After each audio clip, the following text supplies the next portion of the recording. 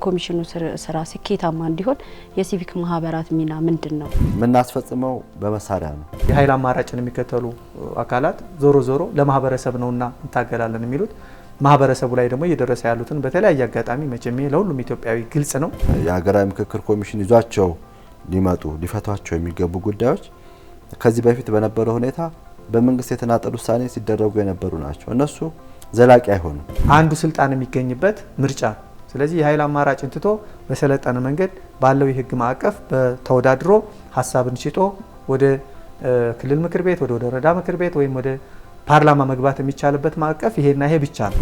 ባለመተኮስ ህዝብ ጫና ውስጥ እንዲገባ አሰራራችን በሙሉ የተስተጓጎለ እንዲሆን ከማድረግ አንፃር ምን ተዋቸው ናቸው። የኃይል አማራጭን በብቸኝነት መያዝ ወይም ሞኖፖሊ ኦፍ ቫዮለንስ የምንለው ይሄ ከመንግስት ተፈጥሮ ጋር የተቆራኘ ስለሆነ የመንግስት ስራውን ይሰራል። ገበሬው ከዚህ ቀደም እንግዲህ ያረሰ በባዶ እግሩም ቢሆን ያረሰ እዚህ አድርሷል። ማህበረሰብን አገርን ገንብቷል። መንግስትን አምጥቷል።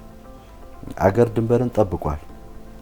ይበቃው ነበር የበፊቱ ስቃይ የበፊቱ መጎሳቆል። በአማራ ክልልና በፌደራል ተቋማት የተደረገውን የምክክር ሂደት ሁሉ ታዝበን የትዝብት ሪፖርታችንንም ጭምር ለኮሚሽኑም ለሚመለከታቸው ባለድርሻ አካላት ለዲሞክራሲ ቋሚ ኮሚቴም ጭምር ሼር አድርገናል። ነጋዴው እንደዛ ለፍቶ ፈግቶ ተጎሳቁሎ ያመረተው ምርት ሄዶ መሸጥ ካልቻለ አገር እንደ አገርም መሰንበት አይችልም። ህዝብም እንደ ህዝብ መቆም አይችልም። ራሱ ሰላም ያልሆነ ሰው ለጎረቤቱ፣ ለቤተሰቡ፣ ለስራ ቦታው ሰላም ሊያመጣ አይችልም።